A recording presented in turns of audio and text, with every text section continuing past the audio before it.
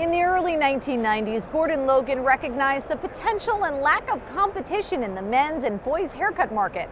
He launched Sport Clips, a hair care franchise that has grown from one store in Austin, Texas, to more than 1,600 locations in all 50 states and Canada. Before founding Sport Clips, Gordon served as an aircraft commander in the U.S. Air Force, and he joins us now at the International Franchise Association Convention in Las Vegas. Welcome to Hiring America. Well, thank you, Lawrence. Good to be here. What is your sales pitch for veterans watching? Why should they join Sport Clips? Well, we have a great success rate. Our continuity rate is over 99%, which means we have very, very few failures in Sport Clips. We pride ourselves on that. 2010 and 2016, we only had 6 stores closed in the whole system out of 1,600 stores. So we put a lot of resources to help our franchisees be successful. Training and support, marketing programs, it's a complete package, and we put our franchisees first. Their profitability is our number one concern. And why are veterans a good fit at Sport Clips? Well, veterans have leadership skills, understand team building, they understand working within a system, executing systems, and the dedication and the commitment and the perseverance they have is something that every entrepreneur really needs. Do you have a program in place to recruit military veterans? We offer incentives to our veterans on the franchise fee, a 20% discount on the franchise fee coming in, and we monitor the veterans' progress pretty closely, and where necessary, we have additional resources we can bring to bear to help them be successful. You've said that the heart of Sport Clips is in its value system.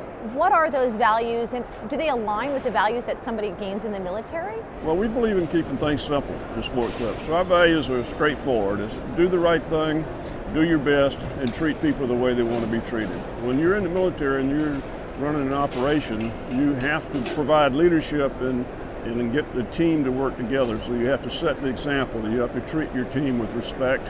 And that's what we see carry forward into veterans when they come into franchising, is that they have the ability to build those teams and treat their team members with respect. How many veteran-owned Sport Clips are there? We have about 15% of our franchisees are veterans. I think 200 of our locations are owned by veterans, and so it's something we would like to increase that percentage. But we love having them being part of our system. What do you think is the best way to increase those numbers so you have more veteran franchisees? Reaching out and educating is really a critical challenge. Vet Fran program is focused on raising awareness among the veteran community of franchising, and we just had a Vet Fran panel earlier today, and that was one of the topics of discussion. How can we reach out more to veterans, not only veterans who are making the transition out of the military today, but those who have transitioned out in the past. And so there's a lot of resources going to be dedicated to that.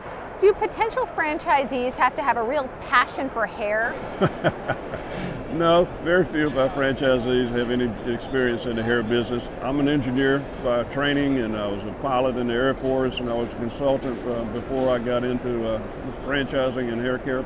So we're looking for good business people with good values, good work ethics, who understand the importance of teamwork and leadership, and we can teach them what they need to know about the hair business. And of course, we hire licensed hairstylists to actually do the haircuts. Did you always have that entrepreneurial spirit? Was it something that you recognized while you were in the military?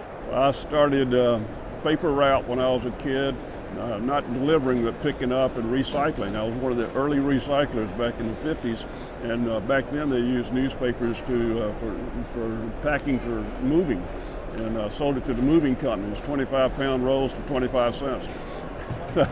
And then I had a Christmas card route. I drove my bicycle around town selling Christmas cards before everybody, Boy Scouts, Girl Scouts, schools started doing that. So yes, I've been always been an entrepreneurial, looking for different ways to earn a living and do something that has some value to other people. You have years of experience in the franchising industry. Share some personal advice for our viewers. It's really important for anyone who's looking at a franchise, especially a veteran, to really dig into the franchise disclosure document, to talk to other franchisees in the system to get validation. Vet Fran has implemented the STAR program now for our franchise members. Veterans should look at that. There's a number of criteria: how long they've been in business, how long they've been franchising, do they have a clean audit statement, simple things.